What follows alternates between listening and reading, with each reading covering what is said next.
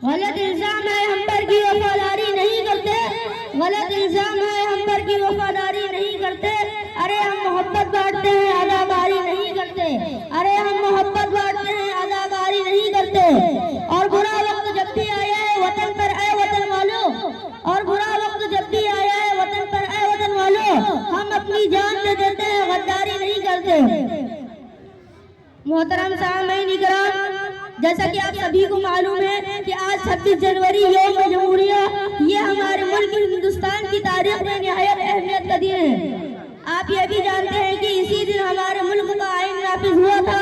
हिंदुस्तान का चप्पा चप्पा और गुलिस्तान हिंद का पत्ता पत्ता और बूटा बूटा इस बात का शाहिद है कि जब इस हिंदुस्तान की सरजमी पर तन के गोरे मन के काले अंग्रेजों का नापाक साया पड़ा और जब ये सादी सी कौम हिंदुस्तान के तख्त वताद की मालिक बन बैठी, उसी वक्त अंग्रेजी इक़्तिदार के खिलाफ आलम बगावत हमने बुलंद किया।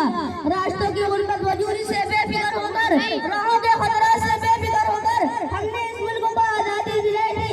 हमने अपने जिस्मों को लहूलुहान कर दिया इस मुल्क की आजादी के लिए। हमने फांसी के फंदों पर चढ़ना पसंद किया इस मुल्क की आजादी के लिए। बरसरे अदालत ने हमें आजादी सुनाई तो माता की गोलियों को हमें अपना वतन बनाना पड़ा। मेरे मोहतरम दोस्तों, इस तरह की सदियों की गुलामी के बाद ये मुल्क हिंदुस्तान हमारी कुर्बानियों की बदौलत और अंग्रेजी इक़्तिदार से आजाद हुआ।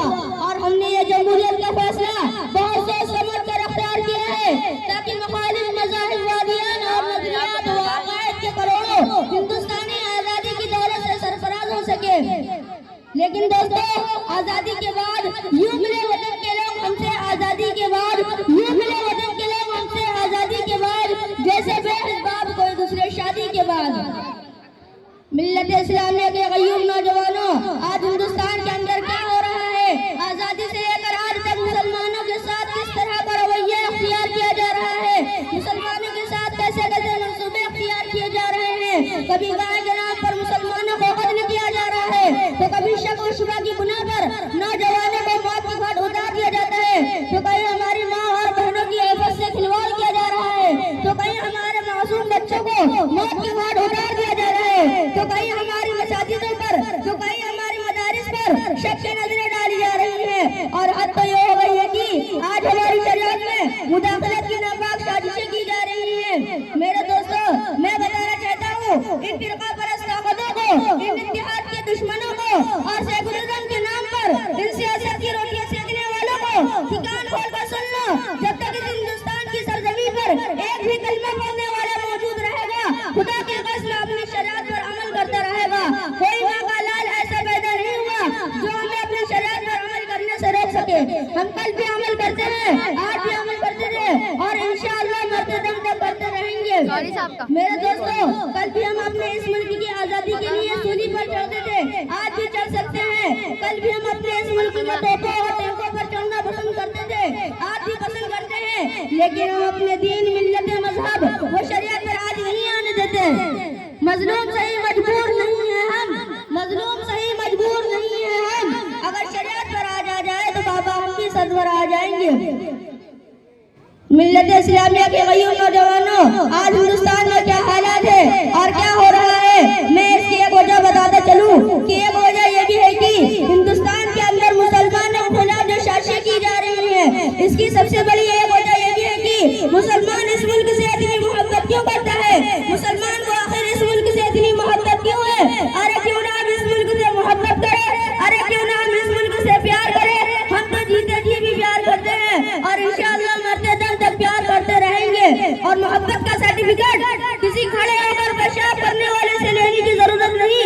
हमें मोहब्बत का तरीका अल्लाह के रसूल सल्लल्लाहु अलैहि वसल्लम ने सिखाया है, हमें नाबिले से सीखने की जरूरत नहीं। मिल्लत इस्लामिया के गयूम नौजवानों, आज हिंदुस्तान के अंदर क्या हो रहा है, हर तरफ साजिशें। आज मैं एक बात साफ तौर पर कहते जा रहा हूँ, ऐसी जो फिरका परस्त ताकतें यकीनन वो आटे में की नमक की तरह है, लेकिन इन वजह से हिंदुस्तान का माहौल खराब हो रहा है, हिंदुस्तान का माहौल बिगड़ रहा है। इसलिए हम तमाम हिंदू, मुस्लिम, सिख, ईसाई भाइयों को चाहते हैं कि हम इकट्ठा होकर इन आस्तीन के सांपों को, इन जहरीले सांपों को कुचल डालें और इस मुल्क की बका की फिक्र करें। मेरे दोस्तों, हमारा मुल्क हिंदुस्तान जमहूरियत का बागबान, इसे कुछ नालायक मुल्क गद्दार हिंदुस्तान को कब्रिस्तान बनाने की कोशिश में लगे हैं। मैं इनको बताना चाहता हूँ कि जब गुलिस्ता को की जरूरत पड़ी, सबसे पहले ही गर्दन हमारी कटी। जब गुलिस्ता को की जरूरत पड़ी, सबसे पहले ही गर्दन हमारी कटी। अब हम ही से कहते हैं ये अहले चमन, ये चमन है हमारा, तुम्हारा नहीं। मेरे दोस्तों, हिंदुस्तान के जब्बे जब्बे को जब भी हमारी जरूरत पड़ी, हमारे लाल आगे बढ़े, कभी वीर अब्दुल हमीद की शक्ल में, तो कभी खान अब्दुल गफूर की शक्ल में, तो कभी हजरत मौलाना कासिम नानवी रहमतुल्लाह अलैह की शक्ल में, तो कभी जाफर थानवी की शक्ल में, तो कभी टीपू सुल्तान की शक्ल में, तो कभी महमूदुल हसन की शक्ल में, तो कभी मौलाना अबुल कलाम आजाद की शक्ल में, तो कभी भगत सिंह की शक्ल में। ये मुल्क हमारा था, हमारा है। हम इस मुल्क के हिस्सेदार हैं, किराएदार नहीं। मेरे दोस्तों, ये जो फिरका परस्त ताकतें हम पर इल्जाम लगा रही हैं कि हम इस मुल्क से मोहब्बत नहीं करते, हम इस मुल्क में रहने वाले बाशिंदों से मोहब्बत नहीं करते, मैं उनको बताना चाहता हूँ, क्या तुमने कभी तारीख नहीं पढ़ी या तुम तारीख को भूल चुके हो?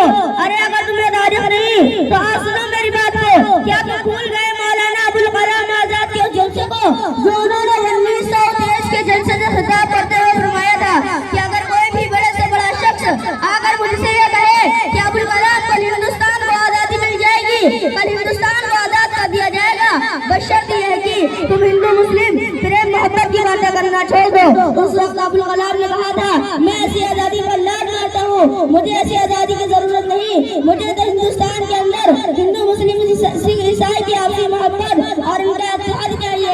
ये पैगाम हमने मुल्क को दिया है, लेकिन आज हमें बदनाम करने की पूरी तौर पर कोशिश की जा रही है।